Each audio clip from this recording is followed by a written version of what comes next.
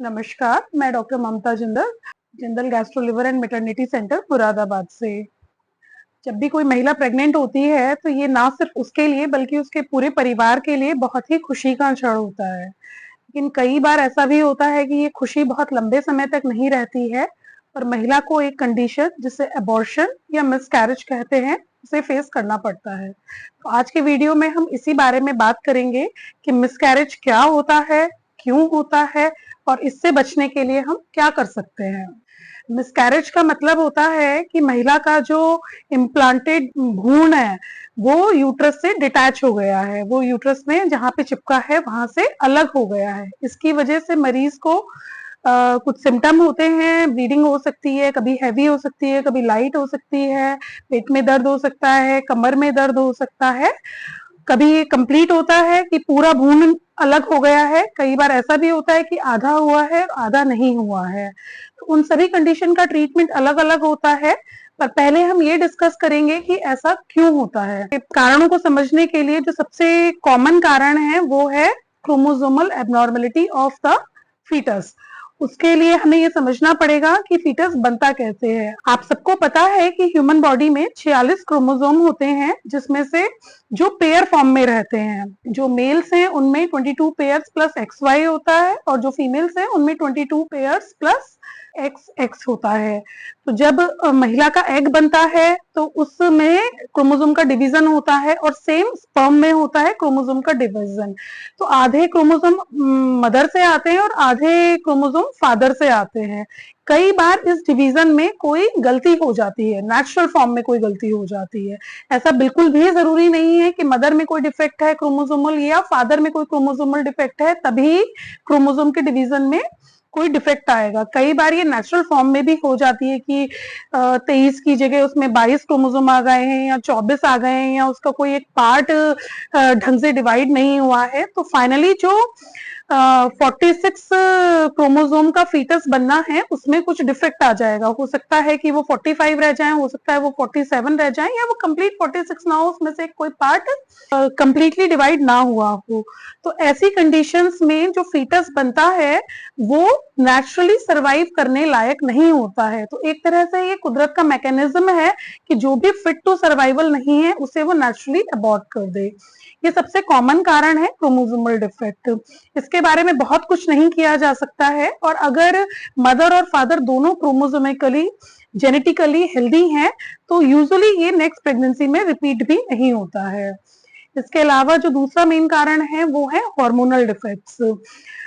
जैसे ही pregnancy implant होती है बॉडी में एक हार्मोन होता है प्रोजेस्टेरॉन, उसका लेवल बढ़ने लगता है। कई बार ये लेवल उस मात्रा में नहीं बढ़ता है जितना हम एक्सपेक्ट करते हैं, उसे ल्यूटियल फेज डिफेक्ट कहते हैं। तो अगर पेशेंट हमारे पास अर्ली सिम्टम्स के साथ आ रही है तो उसमें कुछ मेडिसिन होती हैं, हम बाहर से प्रोजेस्टेरॉन दे सकते हैं, कुछ सपोर्टिव हार्मोन्स दे सकते हैं, जिससे बहुत बार ये प्रेगनेंसी कैरी भी हो जाती है। लेकिन अगर एक लेवल से ज्यादा डिटैचमेंट हो गया है, फीटस का यूट्रस से एक लेवल से ज्यादा डिटैचमेंट हो गया है तो वो भी इरिवर्सिबल हो जाता है और अल्टीमेटली ये अबॉर्शन में ही कन्वर्ट होता है। इसके अलावा अगर मदर थायराइड की बीमारी से ग्रसित है तो भी उसमें अबॉर्शन के चांसेस बढ़ जाते हैं। कई बार थायराइड हार्मोन बॉडी में बहुत बढ़ जाता है, कई बार थायराइड हार्मोन बॉडी में बहुत घट जाता है। वो दोनों ही कंडीशन प्रेगनेंसी पर इफेक्ट डालती हैं। उसके अलावा अगर मदर ऑलरेडी डायबिटिक है और वो डायबिटीज कंट्रोल नहीं है प्रेगनेंसी से पहले, तो उसमें बेबी में डिफेक्ट होने के चांसेस बढ़ जाते हैं, अबॉर्शन के चांसेस बढ़ जाते हैं। इसके अलावा एक जो बड़ा इंपॉर्टेंट कारण है आज के सिनेरियो में वो है मैटरनल एज। 30 साल की उम्र से पहले अबॉर्शन के चांसेस मदर की एज की वजह से काफी कम होते हैं, जो 30 to 40% तक बढ़ जाते हैं मदर की एज बढ़ने के साथ साथ। इतने सब कारण के होने के बाद भी कुछ कारण ऐसे होते हैं जिन्हें हम वेल डिफाइन नहीं कर सकते, इस वजह से अबॉर्शन हुआ है।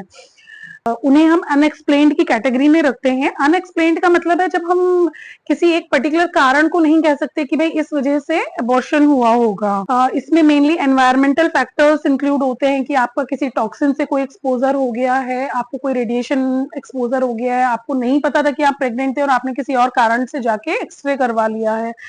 कहीं स्मोकिंग, आप खुद भी स्मोकिंग ना करें, अगर आपका पैसिव स्मोकिंग भी हो रही है तो वो भी बच्चे पर बुरा असर डालती है।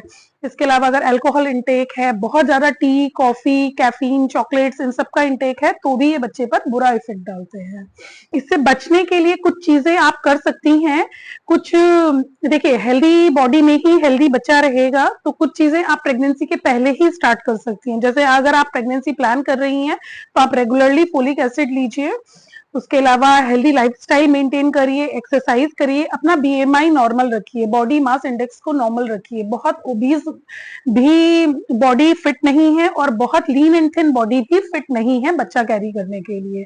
इसके अलावा अगर आप स्मोकिंग करती हैं तो उसे क्विट कर दीजिए। कोशिश करिए कि आप पैसिव स्मोकिंग भी ना करें। उसके अलावा अगर अल्कोहल इंटेक है तो उसे छोड़ दीजिए।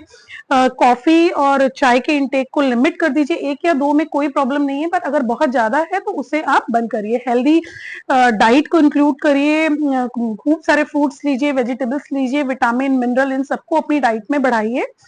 अगर आप ऑलरेडी थायराइड या पीसीओडी या डायबिटीज, इन सब बीमारियों से ग्रसित हैं तो प्रेगनेंसी प्लान करने से पहले आप इन सब का ट्रीटमेंट लीजिए, इसको वेल कंट्रोल करिए। जब ये सारी बीमारियां कंट्रोल होंगी तो बहुत हद तक चांसेस हैं कि आप एक हेल्दी प्रेगनेंसी कैरी कर लेंगी। जैसे पीसीओडी में ये होता है कि हम कुछ दवाइयां पहले से स्टार्ट करते हैं, उसमें उससे थ्रू आउट प्रेगनेंसी दिया जाता है ताकि प्रेगनेंसी आराम से कैरी हो जाए। इसके अलावा भी अगर आपकी कोई क्वेरीज है तो आप कमेंट में मेंशन कीजिए, मैं उसका जरूर रिप्लाई करूंगी। आई होप ये जानकारी आपके लिए हेल्पफुल होगी। Thank you.